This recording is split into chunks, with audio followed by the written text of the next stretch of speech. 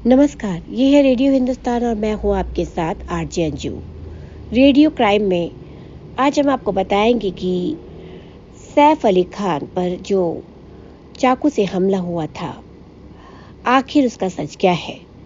असल में सैफ को चाकू किसने मारा, जिसे पकड़ा है पुलिस ने, वो कौन है। कुछ तो गड़बड़ है। पूरे मामले पर आप भी गौर करें तो यही कहेंगे, मामला गड़बड़ है। 2 दिन पहले हुई ये घटना रात 2 बजे के आसपास ऑटो किया घायल और खून से सने खान ने, यानी कि सैफ अली खान ने, साथ में थे वो लोग जो बॉडीगार्ड भी थे और मार्गदर्शक भी। एक ने भागकर ऑटो रुकवाया। ये था नाट्य कद का एक व्यक्ति। ये कौन था या कौन है, किसको नहीं पता, लेकिन ऑटो वाले के सामने लाया गया तो वो पहचान लेगा। ऑटो ने के भीतर सैफ अली मिस्टर नाटा के अलावा तीसरा था बच्चा, एक छोटा बच्चा जिसके नाम का एक बड़ा कातिल बरसों पहले हिंदुस्तान आया था और लाखों हिंदुओं का कत्ले आम करके गया था। ये छोटा बच्चा तो बस अभी बच्चा है, भले ही नाम इसका तैमूर हो। अस्पताल पहुंचकर आईसीयू में एडमिट किया गया। डॉक्टर ने बयान दिए तो कुछ और बयान बिगड़ गए, यानी जो घर में दिए गए बयान थे उनमें और डॉक्टर के बयान में फर्क था। फिर डॉक्टर के बयान ठीक ठीक सामने लाए गए तो वो बयान ऑटो ड्राइवर के बयानों से मेल नहीं खाते थे। घर में पहले ये कहा गया कि करीना हादसे के समय घर में मौजूद थी। बाद में बयान बदल दिया गया कि करीना नीचे वाले फ्लोर पर पार्टी कर रही थी। तो फिर घर पर कौन मौजूद था?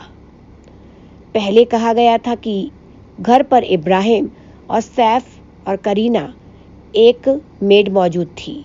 ऐसे में बाहर से आया था, उसने मेड से विवाद किया और बीच बचाव करने आए सैफ अली खान चाकू खा गए।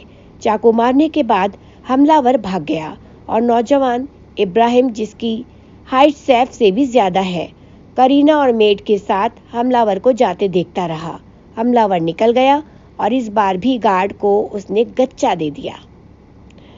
हैरानी की बात यह है कि इतनी बड़ी सेलिब्रिटी बिल्डिंग में गेट पर गार्ड को डॉज देकर हमलावर ऊपर आ गया। फिर उसके कहने पर घर वालों ने घर का दरवाजा अंदर से खोला। उसके बाद हमलावर घर में घुसकर मेड के साथ बहस करने लगा और इसी दौरान उसने चाकू चला दिया सैफ पर।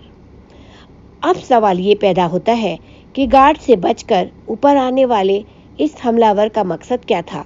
क्या वो मेड को मारने आया था, या वो सैफ को ही मारने आया था, या फिर वो किसी और को मारने चाहता था?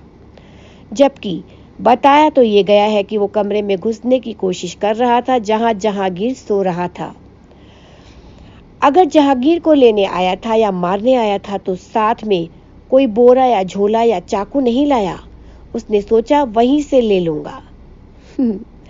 इसलिए सैफ को मारने के लिए पहले उसने घर में किचन ढूंढा, फिर किचन में उसने सब्जी काटने वाला चाकू ढूंढा और फिर उस चाकू से सैफ को मारा।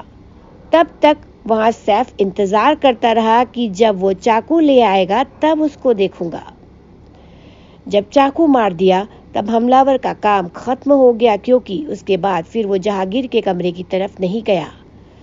सीढ़ियां से उतरकर वो अपने घर चला गया। उसको सैफ के घर में इब्राहिम ने और घर के बाहर गार्ड ने, दोनों ने नहीं रोका। सैफ के बांद्रा स्थित इस घर से सीसीटीवी फुटेज भी पुलिस को पूरे नहीं मिले, जिससे ढंग से तहकीकात की जा सके। सीसीटीवी कैमरा खराब थे या सैफ की फैमिली देना नहीं चाहती, पुलिस को भी ये बात समझ नहीं आ रही है। पुलिस को सीधे सीधे एक बात समझ आ रही है कि मामला गड़बड़ है। हमलावर ने चाकू मारने की भी नई स्टाइल निकाली। सैफ अली खान को पीछे नीचे की तरफ ऐसे चाकू मारा कि चाकू टूटकर रीढ़ की हड्डी में अटक गया।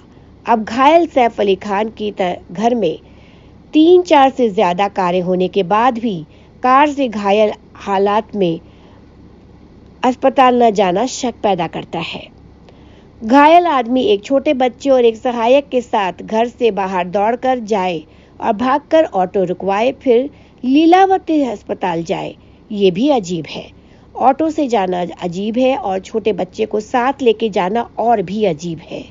पहले कहा गया कि सैफ का बड़ा बेटा इब्राहिम घटना के समय घर पर था, वही सैफ अली को लेकर अस्पताल गया।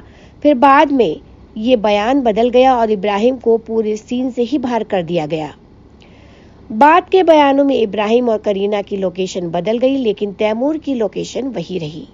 न किसी से पूछा, न बताया गया कि तैमूर की जरूरत अस्पताल में क्यों थी।